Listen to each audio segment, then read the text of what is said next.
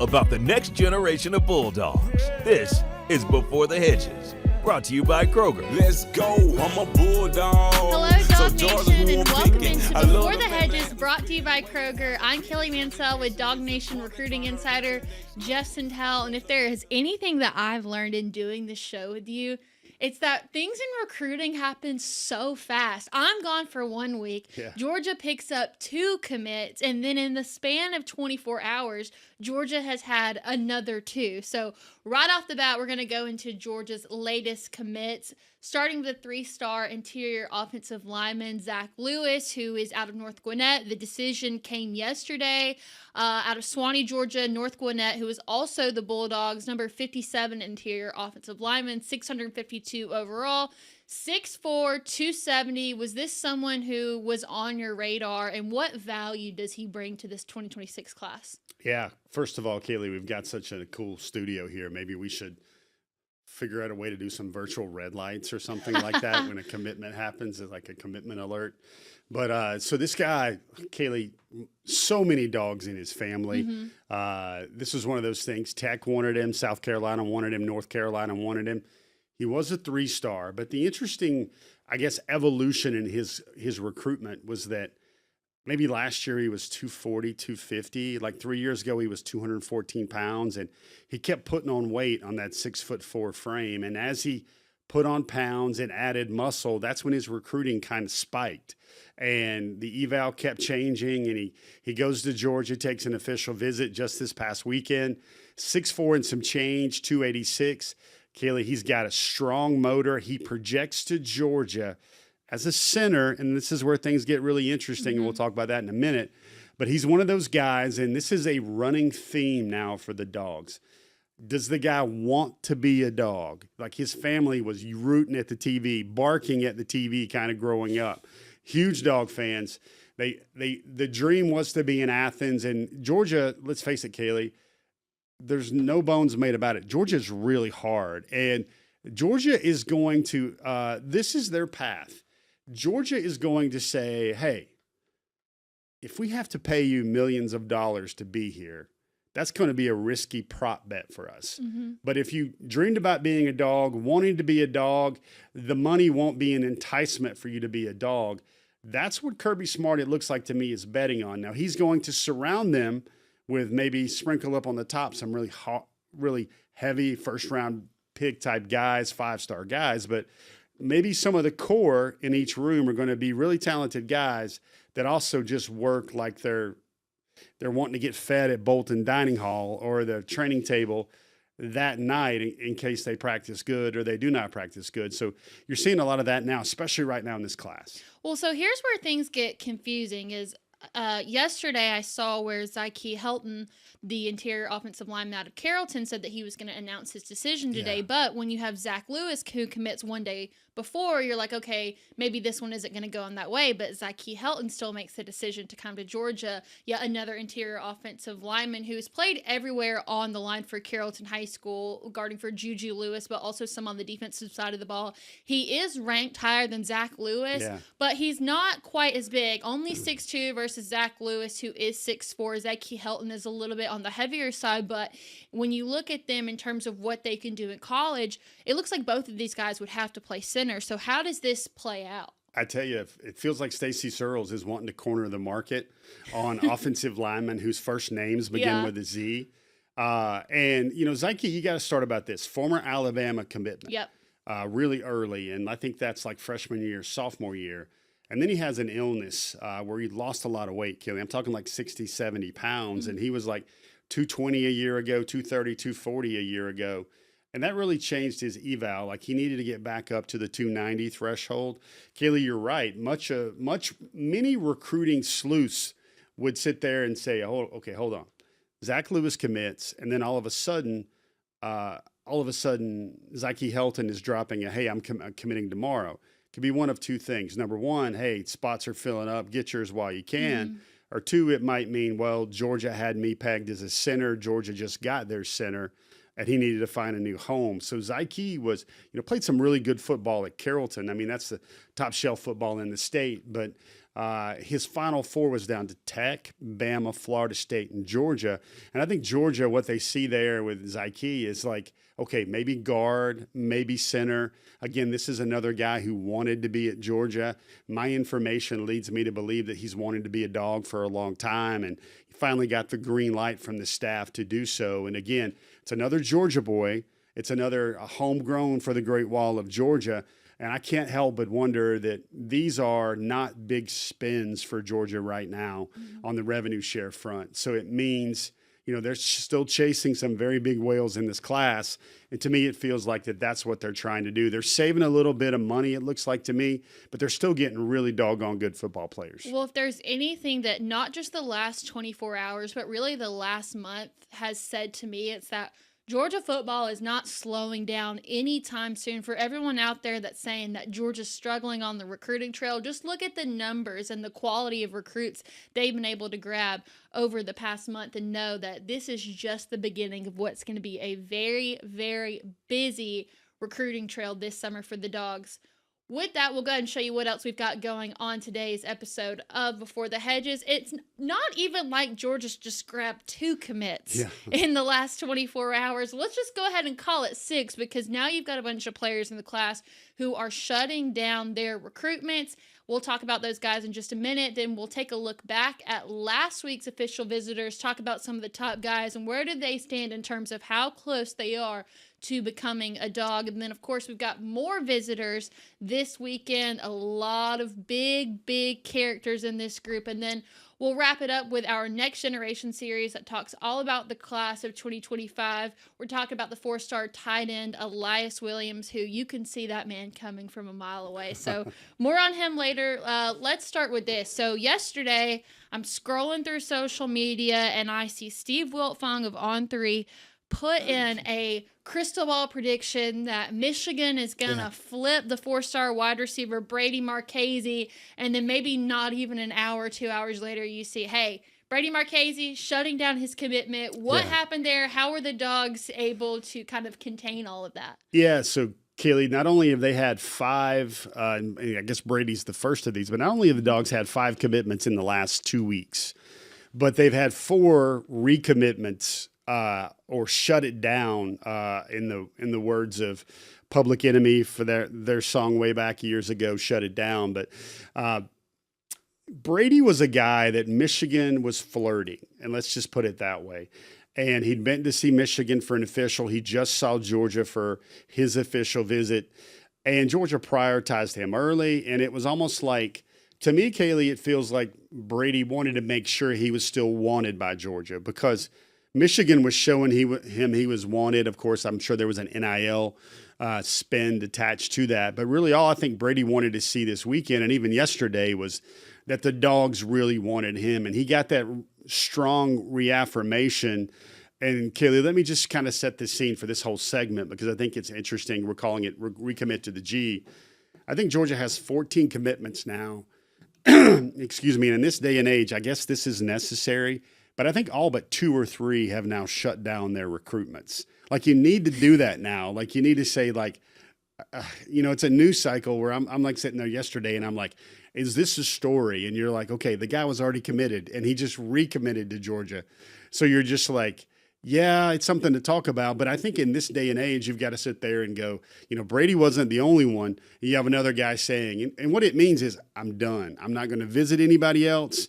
I'm not going to hear any more NIL revenue share overtures, that they're done and they're shut down. And Georgia did a really good job last year that I didn't think get really publicized, where they got a lot of their major 5-stars to shut it down. And it seems like the Kirby Smart playbook is working that way again. Well, it is an odd time that we live in where you're having these guys basically reaffirm that, hey, I'm not going anywhere. My recruitment is closed down. And yes, while that's a weird thing to look at and say out loud, you have to look at the bright side of this. And that's the fact that we're in It's June. There's still so much time left in the cycle. So the fact that you have these guys that are so important to the foundation of the 2026 class willing to say, hey, you know what? Yeah, there might be 6 more months left in this, but I'm willing to take the drama away from myself so we can focus on moving forward. I think one of the ones that you and I were the most surprised about, because it seemed so solid at first, was Seven Cloud, who's been a very long time commit in this class of 2026. Then a couple weeks ago, it comes out that he's signing with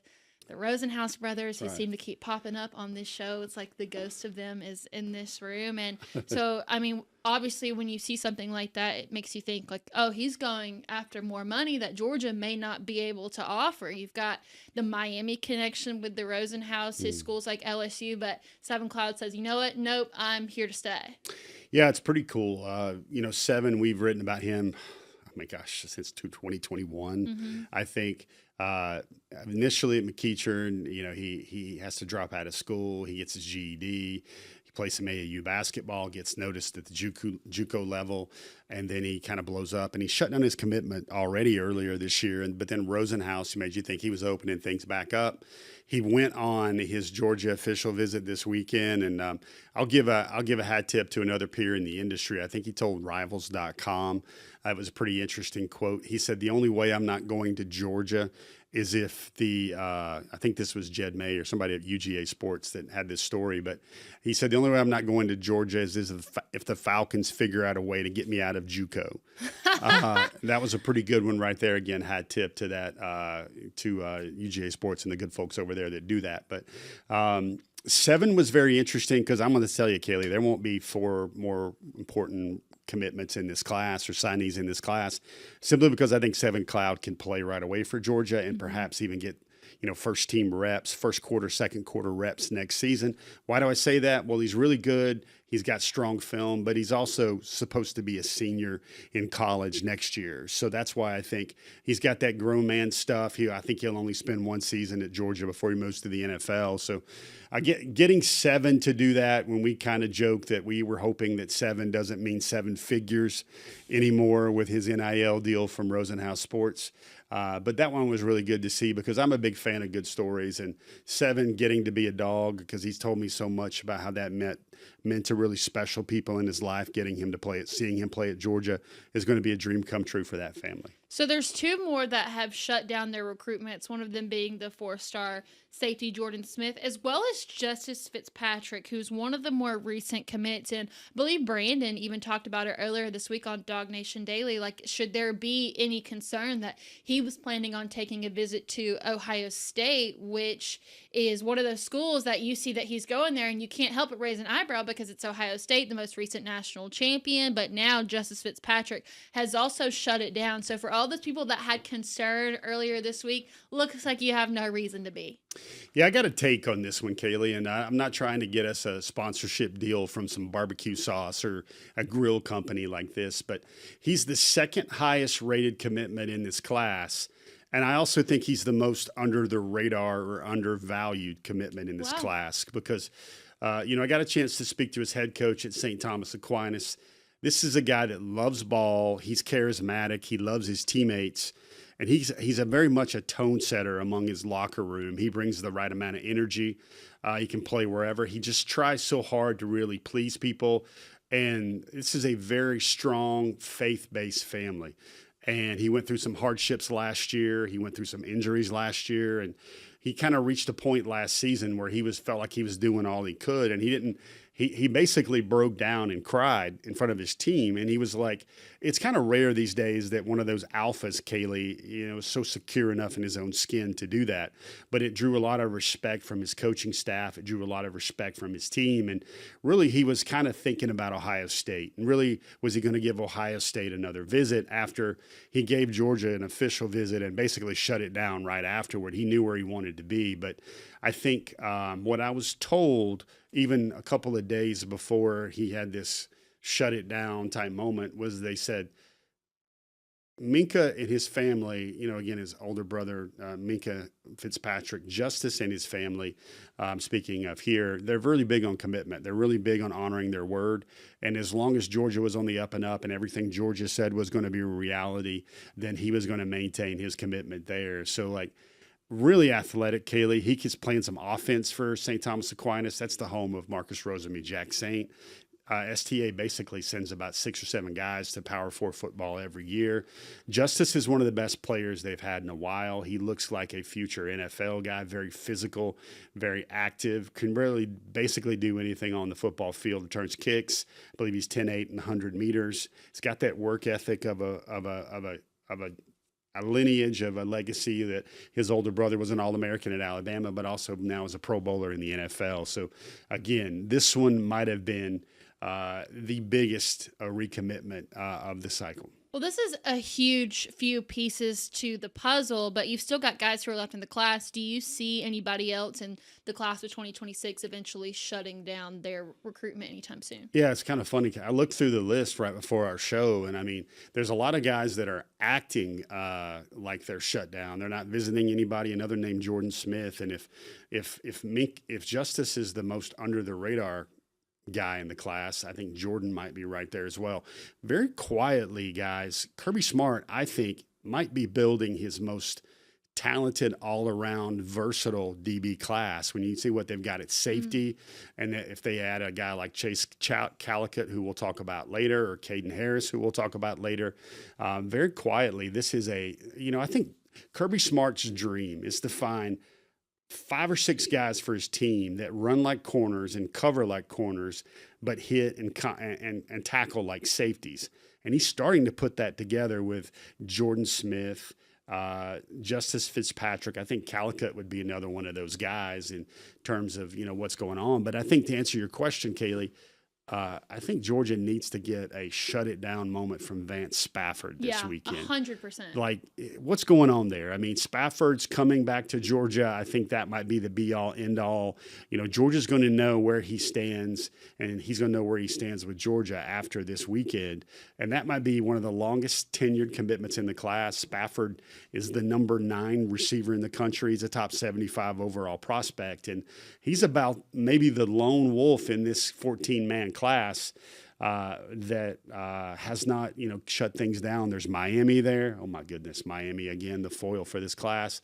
There's Washington. I don't think USC is a big a deal anymore with Vance Spafford, but really interesting to see. I think Vance is a guy that Georgia can certainly use, but again, there's Marchese in the class. There's also, you missed it last week, but there's a lot of juice there with Craig Dandridge. Mm-hmm. We talked about how much James Coley wants him as well. So I think that's one of those probably biggest remaining shutdown guys in the class that Dog fans could probably look to. Yeah, I think there's a lot of security in Vance Spafford shutting it down just because we thought for the longest time that him and Mark Bowman were going to be a package deal. Now it seems like USC is not even in question. So at this point, it's kind of like, what are you waiting on? And hopefully out of his visit this weekend, he'll get some clarity. We'll get some clarity. And in just a little bit, we will go over that official visitors list for this weekend. And in just a moment, we'll go over the ones from last weekend, see where they fall on our Dawgometer. But first, we want to remind you that here on Before the Hedges, we are brought to you by Kroger. And Father's Day is coming up. It's one of my absolute favorite holidays. And when I think Father's Day, I think barbecue. I think really good sides. So whether you make your father cook or you're the one cooking for your father, make sure you stop by your local Kroger, or make it easier by ordering online, and also be thinking about what you can get your dad for Father's Day. I feel like you can't go wrong with a Kroger gift card. That way they can get some grill tools or get whatever they want to be able to cook themselves a nice dinner. So for all things Father's Day, make sure to visit your local Kroger or order online at Kroger.com. So it's time to take a look back at last week's official visitors list. We're going to take a look at some top targets and see where they fall on the Dawgometer. All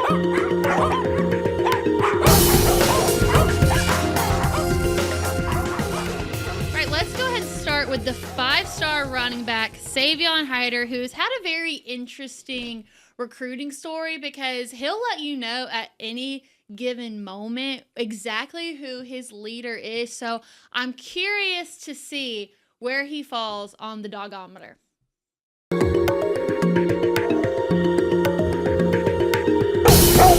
Okay, so it looks like he's one spot away from being full-on dog. But, I mean, you could honestly say throughout this entire process, maybe that's where the dogs have been for him. But I think he's a very interesting target for Georgia because Georgia has no current running backs in the 2026 class, only had one running back in Bo Walker for last class. So I think that a 5-star running back could be exactly what Georgia needs in this class. Kaylee, I think kind of got the pulse of DawgNation on this one. If it came out that Georgia got Savion Hyder and ended up they were giving him a Brinks truck and maybe half of the Tate Student Center to bring him in, I think DawgNation would be good with it. I mean, this is a really special back. It was interesting how on social media, how I guess he kind of clarified his recruitment recently where, Savion's not really on social media a lot, but when he did is he basically – what is it? What do the young folks say today? What do the cool kids say? They say clap back, I guess, or something like that. Back. He had some clap back about, a report that probably one of the most esteemed people in our industry. Yes. And he said, basically, I've done 0 interviews. I don't know where this is coming from. And everybody knows Steve Wolfong has pretty strong information. But I'll be honest, Kaylee, I've thought that the dogometer has read full-blown red bulldog for Savion Hyder at times. Has it been in the last few months? I'll admit it hasn't. But really, Savion's recruitment, I think Georgia has kind of always been second or third, even at first at times. But really, Kaylee, his recruiting is starting right now. And what I mean by that is he just saw Ohio State, and it's crazy to think that. But then he just saw Georgia. And now Tennessee and Michigan, who is the perception is maybe they might give him, 1/3 of the checkerboard end zone in Neyland Stadium to come to Knoxville. But, in Michigan, kind of the same way as another big spending school. But I think Georgia did a lot for him this weekend. I think he's always felt at home and comfortable at Georgia, especially because of the pro-style system Georgia runs. But we've got to put him, one away from the full-blown dog simply because, well, number one, Savion doesn't do a lot of media, doesn't do a lot of stories, doesn't do a lot of interviews after his visits. But the second thing mainly is he's really going to hear the number from both Michigan and Tennessee over the next 2 weeks. And I think that's going to go a long way in deciding the balance of his decision. Someone we heard about last week and will come up again on our class breakdown later in the show is going to be the 4-star DB, Chase Calicut. Now, of course, Georgia does just sign another DB in Justice Fitzpatrick, but looks like you want to have 2 or 3 more in the class. So let's see where Chase Calicut falls on the dogometer.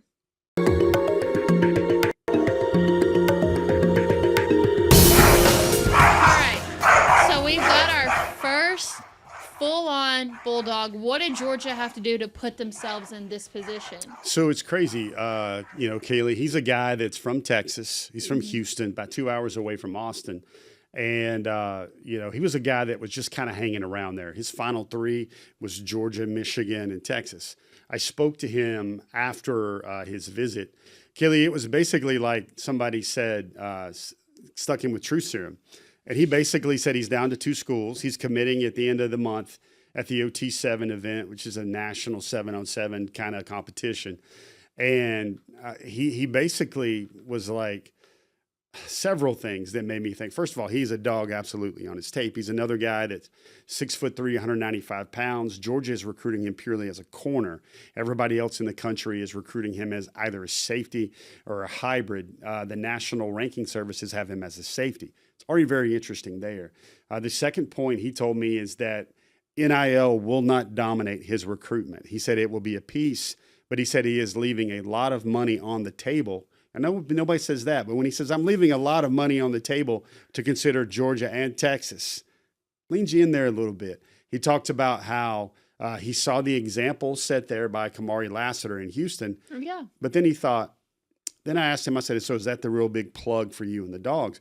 He's like, no, it's really Elyiss Robinson. Elyiss Robinson was the 5-star corner from a previous year, the number 1 corner in the country. And he tells me exactly the way it is at Georgia.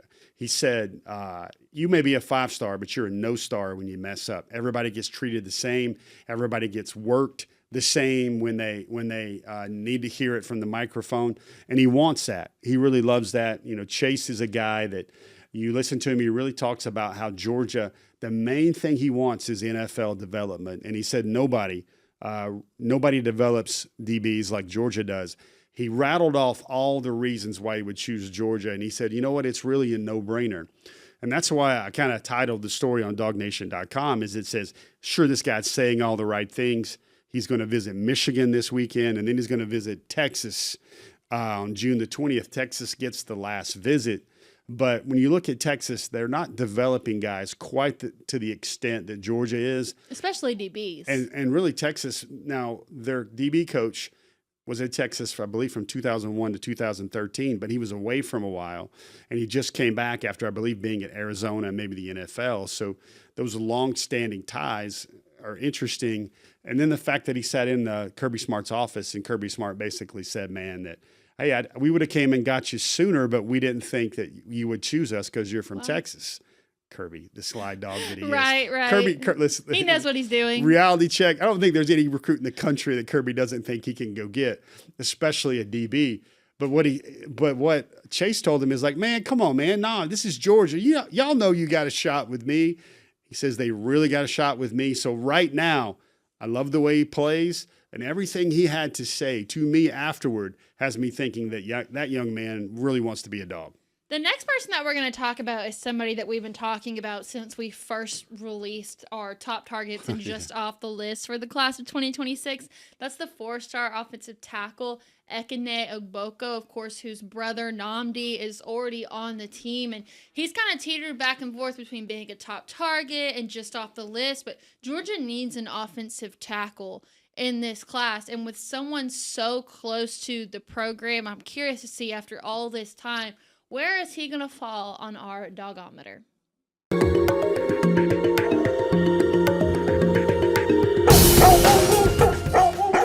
I feel like this is a similar position to Savion Hyder, where he has just kind of been here in this position, the second one from being a Dawg this whole time. So what is it that Georgia has to do to get over that hump, you know? You know, one of these days we're going to be slick with it, Kaylee. We're going to go, Jeff, are you sure about this? And we said last week with Cody, maybe we needed to tap the readout. We needed to tap it a little bit and make sure, it was a battery glitch or something like that. Kaylee, I think he's really close. And it might be the point if, we did another second reading, to be sure about this. I think it might go into Dawg, but I think Georgia's really close. The other thing, he's still going to see Notre Dame and Ohio State. I believe Ohio State is this weekend.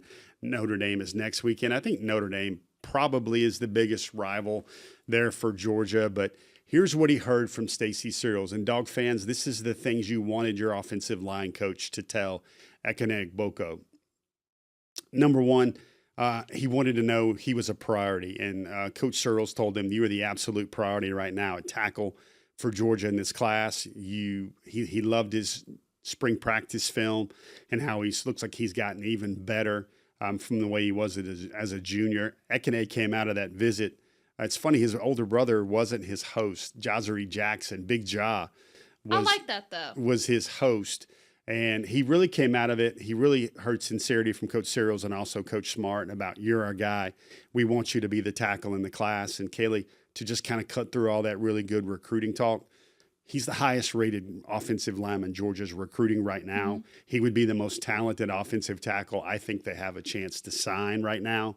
He's even rated higher than Malachi Lee, who seems to be drifting a little bit away from the Dogs right now.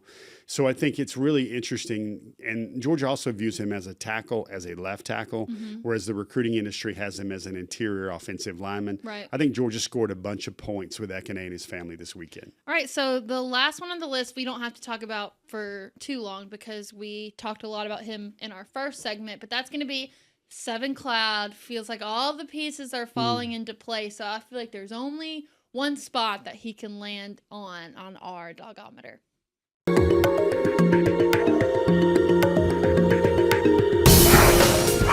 Okay, all Dawg. I was hoping that this one was going going to be a no-brainer. But in the age that we currently live in, you really never know. So I wish there was I don't know how it goes further to beyond the dog. Maybe it would be DGD status right there, but I think that's where 7 may be trending right now. Is there a station on that dogometer higher than just pure dog? I think that's where it's at right now for 7. Got a good story coming up pretty soon on DawgNation.com.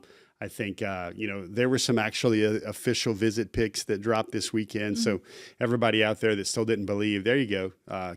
Cody on his P's and Q's in the booth right there. But you look at him, Kaylee, does he look like a high school senior? No, he doesn't. Mm-hmm. He looks like he's probably a second-year guy in the league right there.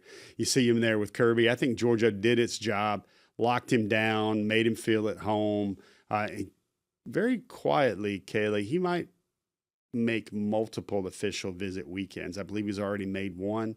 He might drift back up into Athens maybe one more time, or at least maybe for the cookout in late July whatsoever. But 7 as a dog, I think we can, all those shut it down talk, it was really good. And we thought 7 deserved one anyway. Well, these were 4 key targets out of all the official visitors last weekend. Is there anybody that we didn't include from last week's list that you want to throw in there? Yeah, there's a lot. I think a couple of names that come to my mind. Caden Harris, the guy that's currently committed to Vanderbilt. He was only going to take one official visit except from Vanderbilt, and that was Georgia. Georgia finished number 2. Now you sit there going, man, Georgia with the DBs. Chase Calicut.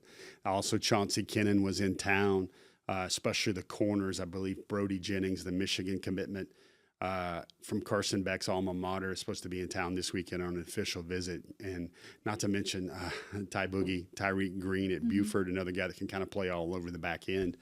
I think that's a name to kind of tuck away because Caden, I spoke to him. It seems like he's feeling a certain type of way about Georgia as well. One more name, Braden Fogel.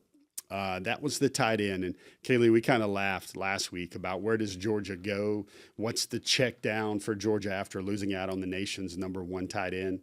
Yeah, Todd Hartley went to the nation's number 9 tight end that also was really deeply considering Georgia. Braden took his official visit to Georgia this weekend. Gave Georgia a 10 out of 10 on the official visit. The main thing he wanted to hear was, hey, he knows about Caden Prothro. He knows Lincoln Key's committed, and he wanted to know if Georgia still saw him in their plans. And he got an affirmative from that. Now, Braden tells me that he's going to go visit Penn State still, maybe looking at a decision next month, but I think that visit went really well. You see Todd Hartley there in the booth there with Braden. And Kaylee, it's one of those guys. Georgia likes to have one of those attached tight end types that's like a mauler and I guess you would say a prototype Y. And that's what Lincoln Keys is. Georgia looks at Caden Prothro as perhaps mostly a receiver. Maybe the dude might even just go play receiver for Georgia. But the thing about Braden that's interesting is he is more of that combo athlete at tight end. The guy that, he was really cool, Kaylee. He walked me through what it was like to sit down with Hartley in the OV meeting. Braden had his iPad out. I'm sure that probably impressed Coach Hartley a lot, taking notes through the whole presentation. He saw that he was physical. He saw that he had competitive excellence. This is literally what Coach Hartley tells these prospects, and they want to see him do things like a superior athlete would. It's called smooth operator, and he said he looked like a smooth operator on film. Kaylee, Braden was an all-state basketball player as a sophomore in the state of Ohio. He has a Division I basketball offer from Arizona State. Oh, and also he's the number 9 tight end in the country. Those are the type of things that feels like the stew and the ingredients for a Georgia tight end. That kind of reminds me of the video that's going viral right now. He's talking about basketball players of Jeremy Bell dunking over everyone. Usually we had such a busy show at the beginning. That definitely would have been our open if not. But you talked about basketball. I feel like we had to mention that on today's show. And that's a walk-on again. Crazy. He's a walk-on from Clinch County down in South Georgia, but he's a walk-on, and he's doing those type of things. I tell you what, Kirby Smart does not want that film leaking anywhere because somebody's going to come try and poach that guy. Yeah, well, he definitely earned a lot of clout for his teammates after that. Speaking of his teammates, here coming up in a little bit, we'll talk about the 4-star tight end Elyiss Williams as well as reveal a top targets list for the Dawgs that has had a lot of movement from last week to this week. But first, we're going to take a look at Georgia's official visitors list for this weekend. You've got a lot of new names on the list as well as guys who are already committed. So we'll go ahead and look into it. Here's our first page of official visitors for this weekend, being June 13th through 15th. All right, right there. Page 1, you've got 3 current Georgia commitments in Jared Curtis, Vance Spafford, who we talked about earlier. Needs to be a lot of reaffirming from him, as well as the 4-star safety, Zach Fort. Then you've got 2 major priority targets for Georgia, and 5-star linebacker Tyler Atkinson, as well as 5-star athlete Derek Cooper. We talked about the concept of a 5-star running back earlier. If it's not Savion Hyder, you've still got Derek Cooper as an option, but you look at these 2 names, both top priority targets. Between Tyler Atkinson and Derek Cooper, when all is said and done, which one is more likely to be a Georgia Bulldog? Kaylee, I'd probably go Cooper there just because that's tough. But Georgia doesn't have a running back, obviously. I think Cooper might be a little cheaper on the spend. It's crazy how we have to talk about it like this. Forgive me, recruiting gods. But first of all, this is how busy this show is, Kaylee, that Tyler Atkinson, the 5-star, who just announced earlier this afternoon that he was going to take his official visit to Georgia. Now, Tyler's been slick with it. He just does 1 per week. He doesn't schedule them in February. He doesn't give a whole list for a big edit. He goes 1 per week. So Oregon last week, first week was Clemson. Georgia this week. I bet Ohio State is next weekend the way he's going. But this is one of those recruitments that you like. Let's go back to that slide. Now I want to put this in the proper perspective. Number 1, Kaylee, I think this is the biggest official visit weekend of them all. Wow. Not only because of 3 5-stars right there on the front page, but this single slide right here, I think, has the biggest names of any of the slides we've ever put. You can't have that without a 5-star quarterback. You also have a 5-star athlete. You have a 5-star linebacker. I believe Cooper is the number 3 athlete in the country. I believe Atkinson is the number 1 backer. Curtis, in some services, is either the number 1 or the number 2 quarterback in the country. There's the intrigue in the soap opera there with Vance Spafford.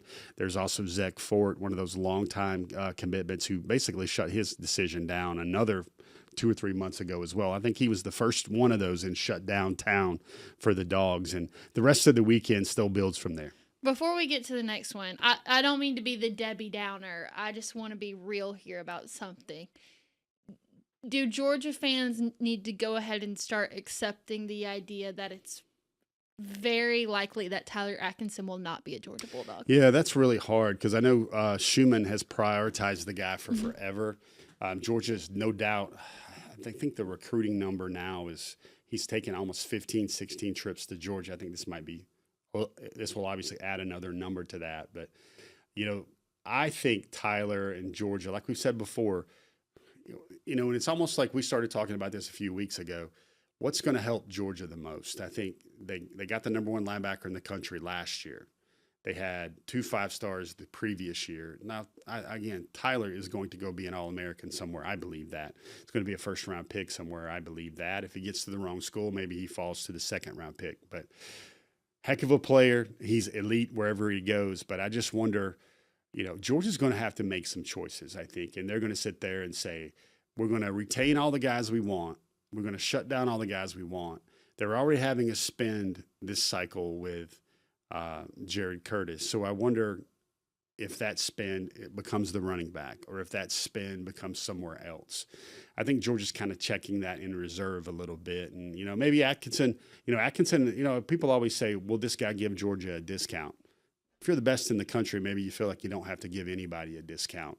It'll be interesting to see what the market dictates, Kaylee. Mm-hmm. I don't know if you're ever going to see an inside linebacker, especially one of those that's not going to get you 12 sacks a year.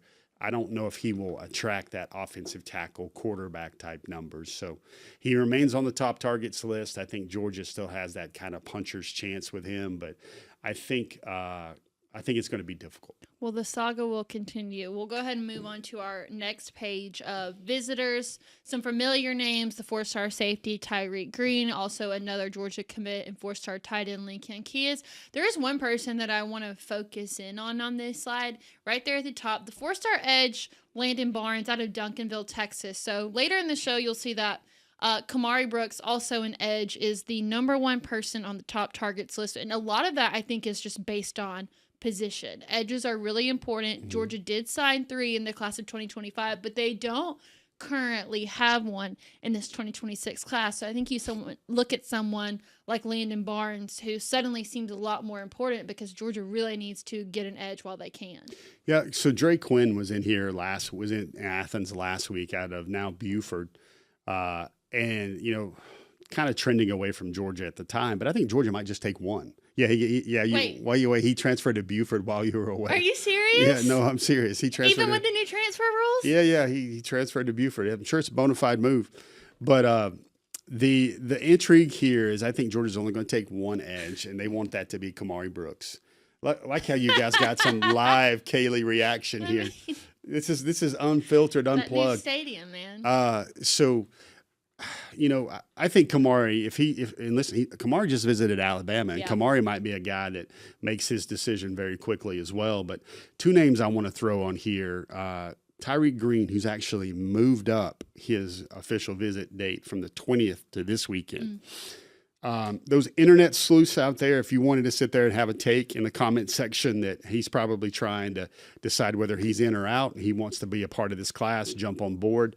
That feels like something that might be happening here. But I wish we had a segment for this, Kaylee. I want you to point you to this name, Valden Sone. Kaylee, he is a grown man defensive lineman. He's probably 6'4", 305. He looks like he could be a gymnast. He's that athletic. That's a grown man name. Yeah. And he has incredible twitch. He worked out for Georgia to the effect that I think he worked out for summer camp, jumped to the top of the board or right at the top of the board over some other very familiar names on the defensive line. Kaylee, this is what we know. International players, they still look at getting the chance to come to play college football as an opportunity, much less at a place like Georgia. Valden, get this. PPI, Brandon Collier, if you remember that name, JJ Hane, Hero Canoe, he's brought some of these players, international players, over to mainstream big boy Power 4 colleges. And I think Valden is the next great one of those. To this effect, Kaylee, this is kind of phenomenal. PPI, big shout out to Brandon and the work he does. There's going to be a 30 for 30 about him someday. But they brought a slew of PPI guys to Georgia, I believe yesterday. Camped, and that's where Georgia goes good on good, eyeball test. He had 5 international players from his group earn offers with one camp visit. There's some 2027s. There's a 2026 edge that might be showing up on the top targets list pretty soon named Gustav. No, that isn't. What's the movie Frozen? Is there somebody named Gustav in Frozen? Maybe so. But that guy got an offer. 4 other international players. Christoph, thank you. Great clarity there. I had Kaylee, to think about it. I'm not going to lie. I'll handle the transfers. You handle. Hey, there's an Olaf. Yes. Thank you, Cody. Yeah. So, we've been watching them. Cody and I know what's talking about, but it's fascinating to me how international players from Deutschland, Germany, places abroad, they come and camp at Georgia. There's a whole group of them, right, in PPI, and they get 5 offers. Kaylee, no school in the country goes and brings their guys to Georgia and gets 5 offers, but what's happening there, I think, is very interesting. Valden will take his official visit, obviously, this weekend as well. All right, we got to keep moving along. So we've got one more page of visitors for you here on the screen. All right, so you look at the names. You've got 2 that are already committed elsewhere. Brody Jennings, the 4-star cornerback who's going to Michigan. The 3-star athlete, Terrius Favors, who's currently committed to Boise State. You've got another edge on this list. 3-star Corey Howard, but someone who has come up a lot on our just off the list is the 3-star linebacker Kedrick Golston II. And now that we're having this conversation about Tyler Atkinson might not go to Georgia, I feel like we're going to see Georgia start really trying to go in on some linebackers. Yeah, so this is the legacy. His father, Kedrick, played for Mark Richt. He's now a high school football coach, head coach, in Ashburn, Virginia. He's rated actually as an edge. I think he could be a combo linebacker for Georgia. Terrius Favors, love his film. It's dynamic. But then again, he camped at Georgia this week. I think he's only about 160 pounds, Kaylee. So you need a lot more than that. I mean, that's a lot. He's going to have to need a year of strength and conditioning. So look at the name. The other name I'll kind of eyeball right here is Corey Howard, 6'6", 285, kind of a late bloomer. Valdosta, Wintersville, Titletown, taking a big official visit. Obviously, he loves the Dawgs. The Dawgs are one of his bigger offers. I'd watch that one as well. All right, and that's going to wrap up the visitors for this upcoming weekend. Another jam-packed weekend for the Dawgs, but a good mix of guys that are already committed and those guys need to help Georgia go after. Now we are going to talk about the 4-star tight end, Elyiss Williams, with our Next Generation series.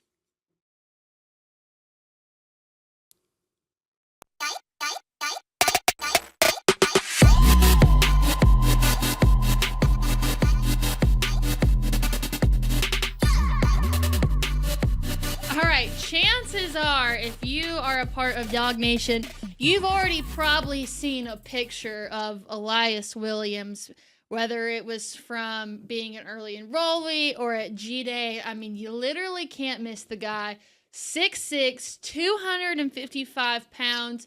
The 247 composite has him ranked as the number 4 tight end, but there are other services that have him ranked as the number 1 tight end, but regardless, a top 5 tight end just about anywhere you look. But the thing is, when you're at a Georgia game this year, you're going to look on the sidelines at some point and you're going to know exactly who Elyiss Williams is. 5-star. I mean, he was committed to Georgia for forever, Kaylee. Number 1 tight end for a lot of folks, Kaylee. I'll tell you this. Current member of the Georgia team was watching him work out at G-Day, right? And he was like, that kid looks like LeBron James in a football uniform. Yeah, exactly. And that's really all you need to say. I mean, really, Elyiss, Camden County, South Georgia. And one of the things we wanted to do this week, Kaylee, and I'm glad you're in agreement with me, is really the best thing I can say for the Dawg fans that are still smurfing a little bit over losing Mark Bowman, or smarting, or whatever you want to say. Elyiss Williams is that guy. Elyiss Williams, I believe, will be a first-round pick. Todd Hartley and Kirby Smart will develop him into that. He looks like a first-round pick already walking. So for a lot of those folks that are wondering about Mark Bowman, hey, you've already got the number 1 tight end in the country. From the previous cycle, he's in Athens. He will be a first-round pick as well. Oh, yeah, the guy beside him right there is Ethan Barbour. He was also a number 1 tight end for ESPN.com for their ESPN rankings. So Georgia fans, you lost Mark Bowman, but you got probably just as good or an even bigger body version of that in Elyiss Williams, and he's going to be a special football player. I actually had the chance to watch him play in a playoff game back in December, and of course the athleticism is something that stands out, not even just the fact that he's like a whole head over everyone, but I got the chance to watch him play a lot of defensive end. He played both ways for Camden, so knowing that he got that experience of playing both sides of the ball, but seeing him as a defensive end truly made me realize how athletic and versatile he is as a player. Yeah, the next generation is definitely in very good hands. I mean, we got to see him live too there. He basically had a highlight every quarter.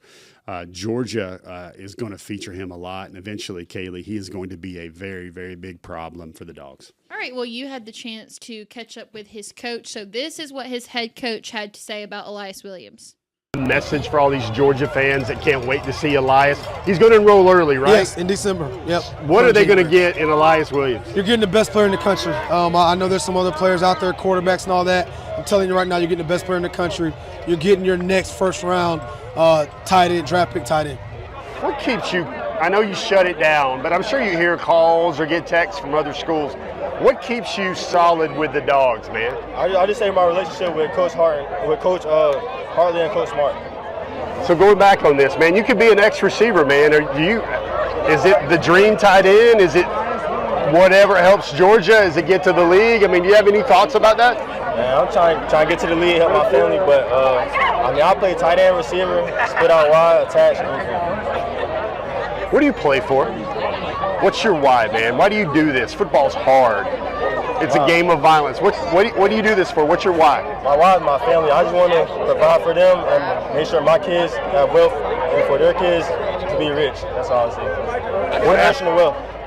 Elyiss, for you, looking back on your recruitment, was it always going to be Georgia? Was there ever a point where another team took the lead? Or walk us through like the 4 quarters of your recruitment. I feel like it's always been Georgia, hometown team, and I feel like it's always been Georgia. I grew up a Georgia fan too, so that made a major part too. I think it's fascinating that you hear his coach go, I know there's quarterbacks, I know there's other positions out here, but Georgia's getting the best player in the country. Picture this, Dawg fans. I'm leaned in now. Jared Curtis looking at Talon Taylor, wide open, coming across the field, but he spies Elyiss Williams in the corner of the end zone. Jared Curtis throwing to Elyiss Williams. That would be number 1 tight end, number 1 quarterback, 5-star, 5-star. Oh, by the way, if you had to double Talon Taylor, then what are you going to do with Elyiss Williams? You have nobody that can guard him. End of story. National championship. All right, that's going to be our next generation series, all about Elyiss Williams. Now it's time to move on to our class breakdown. We'll go through these pretty quick, starting with the offensive side of the ball. That's had 2 names added to it in the last 24 hours. You'll love to see it. 3-star Zach Lewis, 3-star Zach Helton. Now you've got Brady Marchese, who's shut down his commitment. Let's move to the defensive side of the ball, who I was not here to see the names get added last week, but it is a beautiful thing to look at the defense and know that Georgia now has Carter Lucky as well as Justice Fitzpatrick, and you love seeing that star by his name because you know that's a top 100 recruit. Let's move on to the class snapshot. All numbers have changed because now you've got 14 commits, 8 offense, 6 defense, 8 in-state, 6 out-of-state. The class rank is number 6. Georgia's made huge leaps over the last couple of weeks. We expect them to creep into the top 5 as the summer goes on. Now we'll get the top targets. So, I know. Wow.